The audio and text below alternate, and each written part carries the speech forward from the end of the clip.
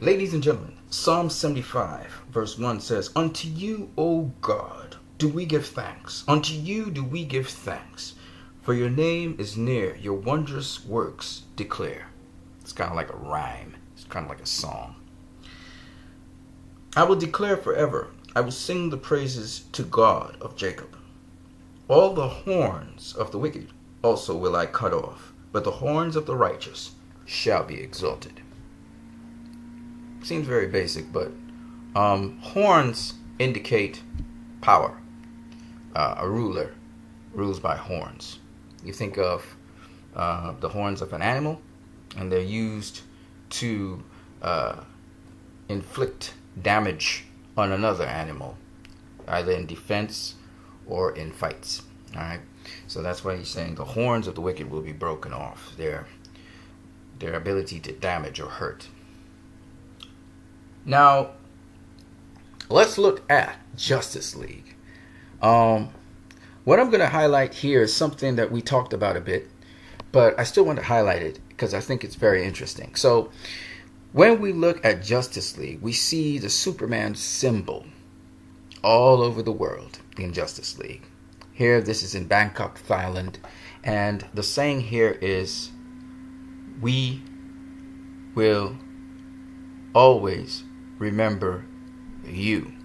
It is basically a symbol of remembrance or memory, like the memorials. We were talking about this in one of the videos that we did before. Now, what I am interested in is the color scheme of the symbol. Why did they use a silver or white Superman crest amidst a black background? And we're going to go into that right now. Now, the first thing that I thought was very interesting, the first thought that popped into my mind, sent me all the way back to Man of Steel and the dress of the Kryptonians. As you can see, Kryptonians generally wore a black skin suit. Okay, it was black, and I thought that was very interesting. And also, they would have the crest on that skin suit, and you can't see it there, but maybe in this particular picture before you, you can see that Superman's crest is actually silver. I don't know if you can see it exactly, but he has a silver crest in a black background. And Kryptonian wear was like that. And you know what's interesting to me is that in doing this, I don't know if it's subconsciously or otherwise, the world seems to acknowledge Superman's Kryptonian roots. And I thought that was very interesting. The other thing that I find interesting is in funerals, generally people dress in black and white. And if you look at Superman's funeral here, everyone's dressed in black. And of course, if you know the priest, I don't think you can see it right there. But the priest, he's dressed in black and white. You know, that little white piece there. And generally speaking, why do people dress in black and white for funerals? Well, the color of death is considered black. It's the darkness. It's the unknown. And generally, people go to funerals to not only honor the deceased, but also to pay homage to the family that has experienced a loss. And generally in a funeral, we have something called an obituary, where we recount the person's life and all the good things about them. And that's the white part. So sometimes people dress up in funerals as black and white. And I thought I would just kind of break down the reasoning behind it. And it's just very interesting that in that funeral, Martha Kent, she hands the deceased Clark Kent, she puts a photo of Jonathan Kent in the arms of Clark. And to me, that's a symbol. It's very symbolic. And it's saying, take this with you as you go into another realm, another place, as you're deceased. It also notes that Jonathan Kent was near and dear to Martha. And for those people who did not see Man of Steel, now we know, oh, this guy died too. Okay, her husband. Oh, that's Jonathan Kent. Maybe some people know it, or maybe some people don't. Some people may be confusing Man of Steel when they saw Superman talking to Pa Kent, for instance. But I find it very interesting that this in Batman v Superman, by the way, this is Batman v Superman now. I've just gone into Batman v Superman since this scene here where we're looking at people at funerals. In Batman v Superman, this particular scene is actually recapped in Justice League, where we see Jonathan Kent, his photo, still in the hands of Clark still clasping it, still holding it, embracing it. And in a way, the figure of speech is that Clark is dead, so he's embracing his father now. He's gone to meet his father, Jonathan Kent. And so it's kind of like Martha sending him off and saying, okay, take this with you as you go to see Jonathan. It's kind of like that. And what's very interesting about that is she's kind of basically saying also, Clark, show Jonathan this to let him know that I'm thinking of him too as you die. So there's all those kinds of sentiments you can associate with it. I'm not saying that that's what the director was thinking, but what I could think she's actually doing is associating the death of her husband with her beloved son. So that's what I definitely know is being implied there. What's very interesting about that is that as Superman is being pulled out of the casket, that association with Jonathan Kent is lost. Jonathan Kent's picture falls from Superman's hands as the hands are no longer clasped together. They open out. And when he is being put down in the water, Jonathan Kent is also the picture falls and it falls into the water. And I think that's symbolic again of Martha Kent sent him off to meet his father in death. And this incident where the picture falls separate two and is not with Clark anymore indicates, it sort of symbolizes that Clark is about to be brought to life, and therefore he's going to be separated from his father, Jonathan Kent, who's dead. So I see all those imagery, those little details, those little subtle details Zack Snyder does in his movies. He's got a lot of detail in his movies. Zack's movies are very rich with detail, and that's something you need to pay attention to. But getting back to the clothing, funeral wear. And so this symbol here in Justice League also epitomizes that. And it's not the first time this symbol is seen. It's actually introduced in Batman v Superman, and we'll get to that in a minute. But I'm just saying, you have the funeral wear in Batman v Superman, and you see them carrying off Clark's body. The real Superman's inside of this small little funeral that's happening. And in the city, in Metropolis, we have this great ceremonial burial that's happening. And Superman's entombed like a great soldier. He's in flags and all of that, and there's a big pomp and ceremony that's going on where Superman his body's being carried. And interestingly enough, this is the first time we actually see this iconography of Superman in which the Earth acknowledges him with the silver S amidst a black background. So that's where we see the silver S and black background for the first time, where the world sees Superman like that. Not, of course, in BVS, he had the silver S and black suit, which is Kryptonian, right? But here now, this kind of indicates he's dead. It's his funeral colors. And also on top of it, maybe subliminally or otherwise, they acknowledge that he's an alien and that he has Kryptonian roots. I don't know how they would know that. Well, actually, they would know it because General Zod said, Kal-El. So we know this is Kal-El. He told the whole world. And then we saw General Zod, how they dress like and what they wear. So it wouldn't be surprising that the world, maybe even subliminally, maybe not consciously, acknowledging his Kryptonian roots, which I find just extraordinary.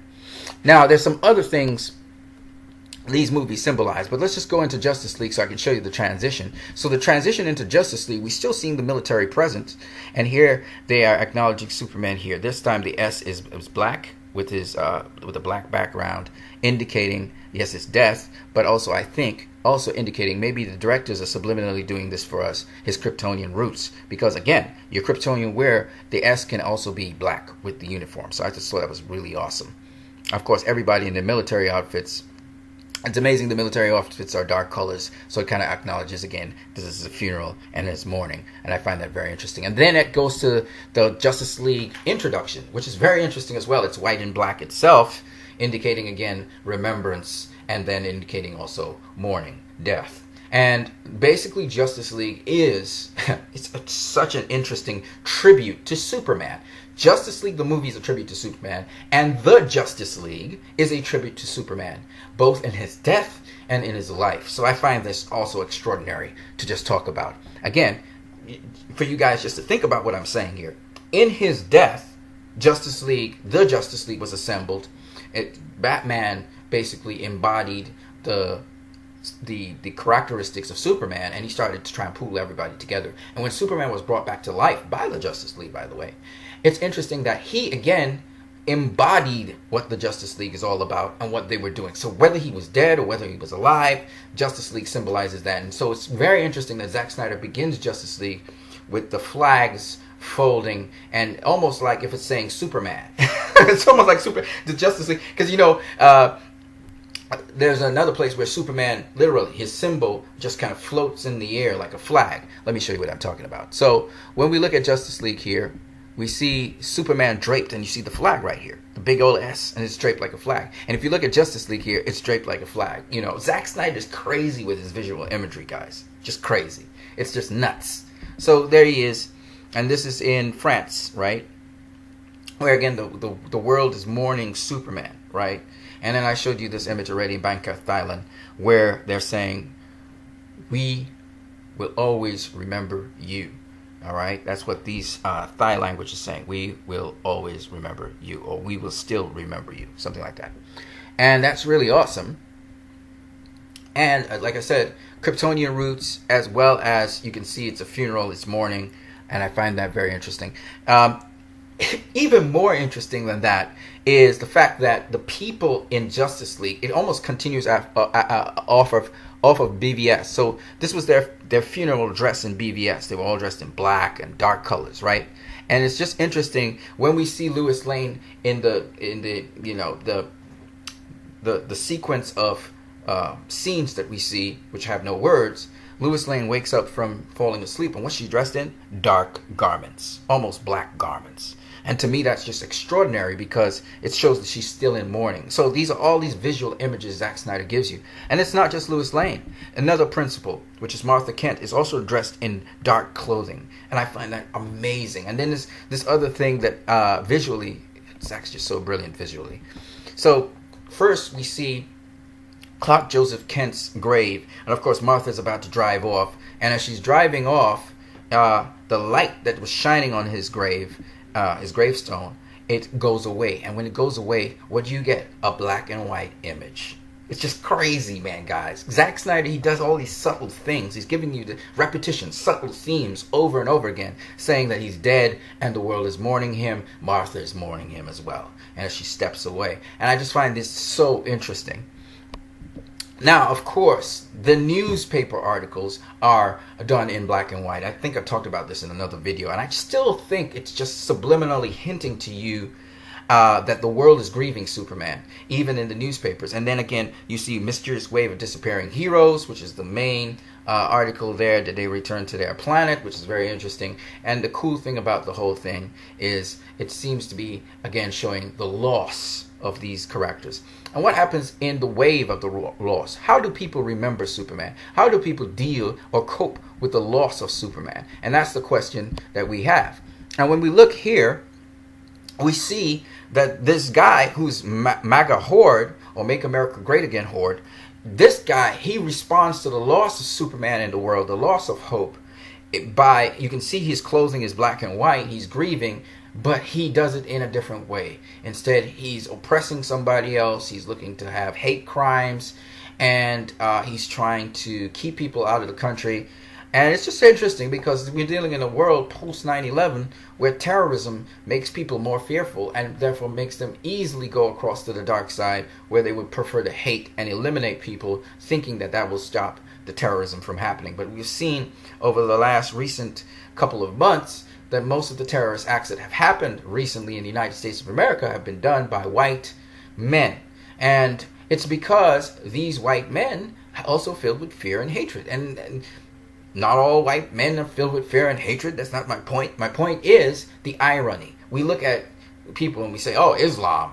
And I'm not saying that there are not certain people who claim to be Muslims who are extreme, who are haters as well. But hate is hate, and it can happen with anyone who is of that predisposition. They can do horrendous things. And so we saw this young guy, 18 years old, go shoot up a school, kill a whole bunch of people, hurt a whole bunch of people. We saw a big old guy, 50-something years of age, go in Las Vegas. He's rich, he's wealthy, and he still goes and he shoots up a whole set of people, religious people, I think it was Christian people, who assembled for a harvest celebration, shut the hell up of them, shut them stupid, shot up 500 and something people got hurt, and some people are irreparably hurt.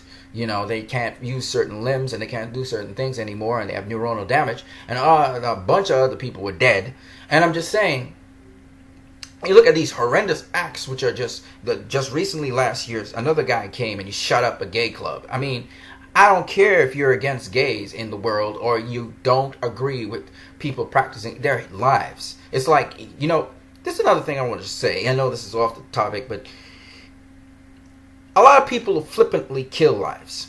And I'll show you what I'm talking about. You see a cockroach in your house. You think it's a pest. Do cockroaches actually harm you? Okay, they spread germs, right? But can a cockroach come to you, bite you, and give you poisonous bite and kill you? No! Cockroaches don't do that.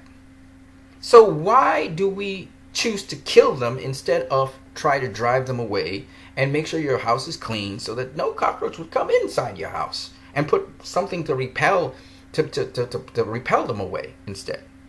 No, we kill them. Just imagine that. Just think about what I'm saying though. Because I know a lot of you are like, it's a cockroach, you kill it. Yes, but think what I'm saying. A cockroach does not harm you other than spreading diseases. It will go in your garbage or whatever. So what you really want to do is keep the cockroaches away. That's what you really want to do. You don't really want to kill them, do you? And so all I'm saying is that we kill things. We kill ants. We kill ants. You see a bunch of ants on a countertop or something, and what do? You just wipe them away, and you kill them. You squash them, kill them, spray them, whatever. And I just thought about it, and I was like, we don't even bat an eye to kill these animals. You see some people are afraid of little geckos, little lizards that live in your house, or they don't, or maybe they came inside. Somebody will quicker kill a lizard that comes into their house than they would try to catch it and throw it outside. And I was thinking about that. I was like, why do we do those things? We don't value those lives. Do you know God made them too? If you believe in God, God made those animals. Why don't you just straight up just kill them? You know what I'm saying? Like an assassin? I mean, there's no bat an eye, no thought to it. Just kill it. Oh, just kill it. Would you do that to a stray cat that comes inside your house? Oh man, that's a pest. Or a bat ends up flying out and lost his course and ends up flying inside your house. Or a bird. No, you don't kill the bird and then kick it outside. No. So why do you do it for insects? There are some harmful insects like centipedes and so on that can sting you and stuff. But even then, you can scoop them and carry them outside because they probably lost their way because of rain or snow or something, and they came in for the warmth.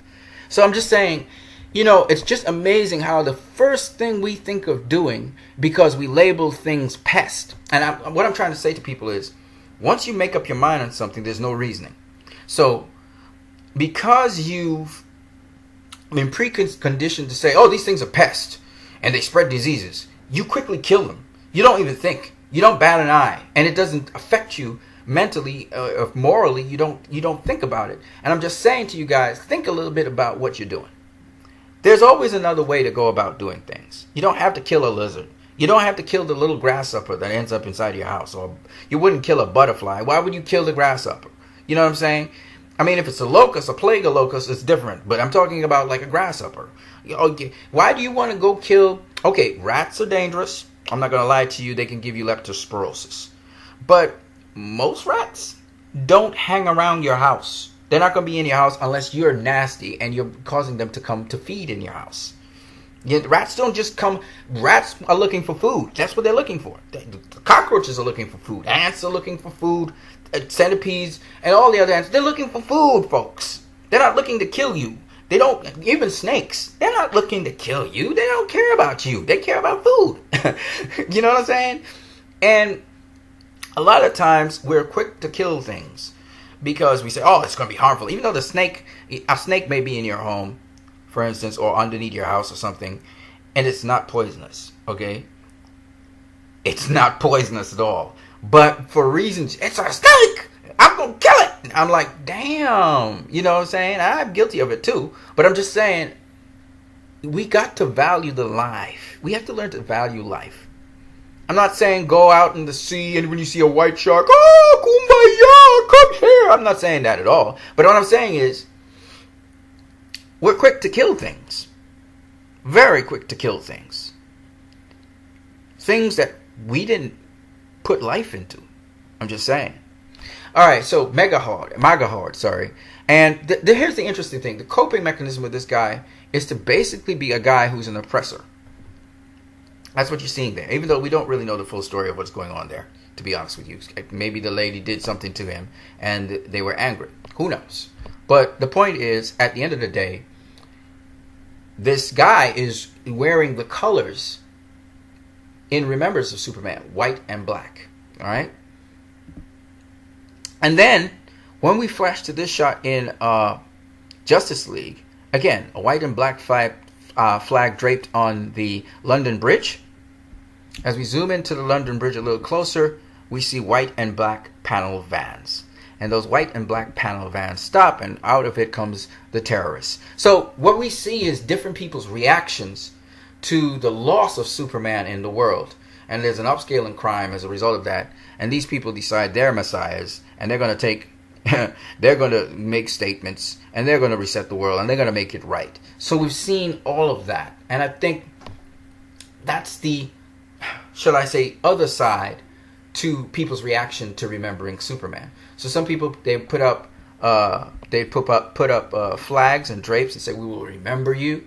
And they're looking to try and do positive things. And other people, in grieving Superman, they're doing negative things. It's just amazing. And this guy looks like an undertaker, doesn't he? Let me just show you. Look at funeral clothes as well. Again, remembrance and death is the point. So you see everybody here dressed in almost funeral wear, black and white. And then again, here we see people, Superman himself is dressed in black and white, by the way. You see them dressed in black and white as well, in remembrance. Very heavy, sorrowful, sad, somber. And it's just interesting that I almost called him an undertaker. The terrorist here, the lead terrorist, the alpha terrorist, he actually is also dressed in those somber clothing. I just find that very interesting. All right? And then finally, just to show you how everything comes to a head and comes to full circle, we see Superman walking through, and you see his history, and you see the black and white, the black and silver suit right there as he walks past his history here, his Kryptonian heritage comes full circle. But even more than that, what I think is the bigger take home here is that Superman, even in coming back to life, his life again comes back, and he remembers who he is. It's simply amazing that the motif of black and white is still there, present, right? Not only his Kryptonian heritage we're seeing here, but the fact that he was dead and he came back to life. That's black and white again, which I find very, very interesting. So I just wanted to share that with you guys.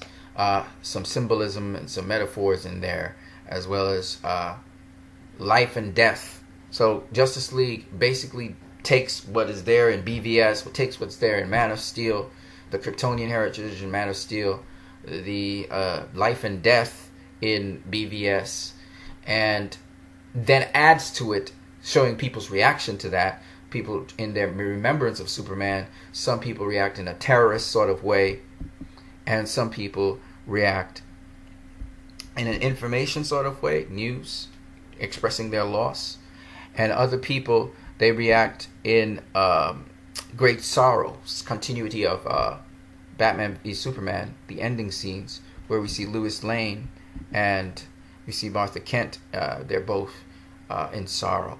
And of course, even more beautifully is the fact that we see there that he's definitely dead, because you see they move from colored tombstone to dark.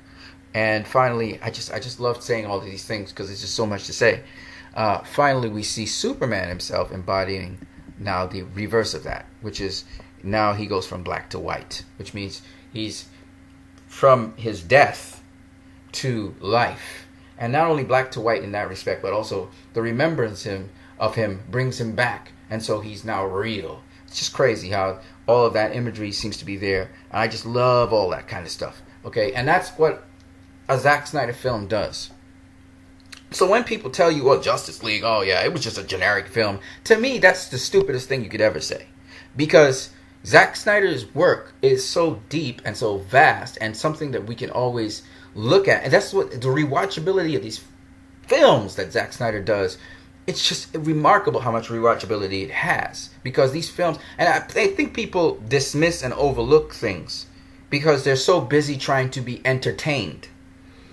And they have a limited They have a limited palette for entertainment. A lot of people want things you can give them that will satisfy their palate, and not things which are good for them. And I keep on saying that over and over again. When it comes to value in a Zack Snyder film, it's ridiculous, because you get more in a Zack Snyder film. And what makes these films, people have said it, every time you rewatch Man of Steel, it gets better and better. It's because there's a lot of thought and a lot of detail put into these films. And even with this cut that we have currently, it's a bridge version that Zack has done. Because he's done the majority of the film, it just has so much rich layer to it in the story that's being told. And so, for people who appreciate intelligent, well thought out movies, Justice League is just on par with all of them. Because Justice League, like I said, what makes Justice League better than almost every DCEU film except for Batman v Superman is the content inside of it. That it ties up so many different things. And it's very instructive to us as well. And if you know Zack Snyder is a very opinionated director. That means he has a point he's really trying to stress in every single movie he does. He even said that in an interview with a particular person, that he has a certain point he's trying to get across. And so, once again, I just wanted to emphasize that I think a lot of people are underrating Justice League, the current cut. And what I would like to say very, very strongly is, yes, I absolutely want a Snyder cut. And I absolutely want to see what Zack would completely have done on his own. And so I'm absolutely for that. I've signed the petition. I will do whatever it's necessary to see that Snyder cut come to fruition. I hope Warner Brothers is working with Zack right now as we speak about it. But I would be a jackass if I said that this particular cut here is not worth seeing and not worth buying on Blu-ray or DVD. 4K, please. And I'm dying to get my cut, and I have to get my hands on it, because there's just so much more. And I haven't seen all the bonus features yet, because I've only seen some online. And then I wanted an Ultra. I want my own copy of it, because I know that the copy that I see will have even more details. And I've heard visually the 4K Ultra is just even better than the other stuff. And I want that cut, man. I really do. But anyway, leave your comments in the comment section below. Let me just say this. When I do videos, some of your comments in the comment section have been deleted, and I'll tell you why. I feel sometimes like Lex Luthor in Superman 1978. When I say something that's rather intelligent and somebody says something really, really stupid, I heard a guy say, "Oh man, do you know where I can get a free copy, a pirated copy of Justice League 4K Ultra?" When you say stupid things like that, all right, after I share a very informative video and you're not discussing what my video says, I will delete your comments and I will block you from my channel, okay?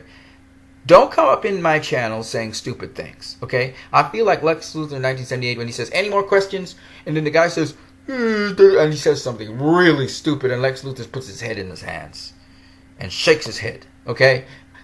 I am a nerd. That goes without saying, okay? If you haven't realized I'm a nerd by now, you should realize that. And one thing about nerds is when they share information and they're looking for intelligent conversation, and you say some dumbass shit like that, you're asking me to slap you, okay? Okay? No, seriously. Don't say stupid stuff on my channel. I will block you, okay? I don't want to hear about no Snyder Cut. I don't want to hear about none of those things. You want to talk about Snyder Cut, fine. But that's not what this video is about. Address the video, okay? Stop being stupid, okay? So that's all I got to say. I don't like stupidity, okay? I really don't. Especially people who are just there for a ride to try and play people and troll and stuff. I will delete you from the farthest plane away from me. I don't want you near me. I want intelligent discussion. And if you're trying to be intelligent, then I'm happy. You can say the dumbest thing, but you're trying to be intelligent. I'll know. I'll cipher, okay, this person's really sincere in what they're saying. They just don't know better. It's okay.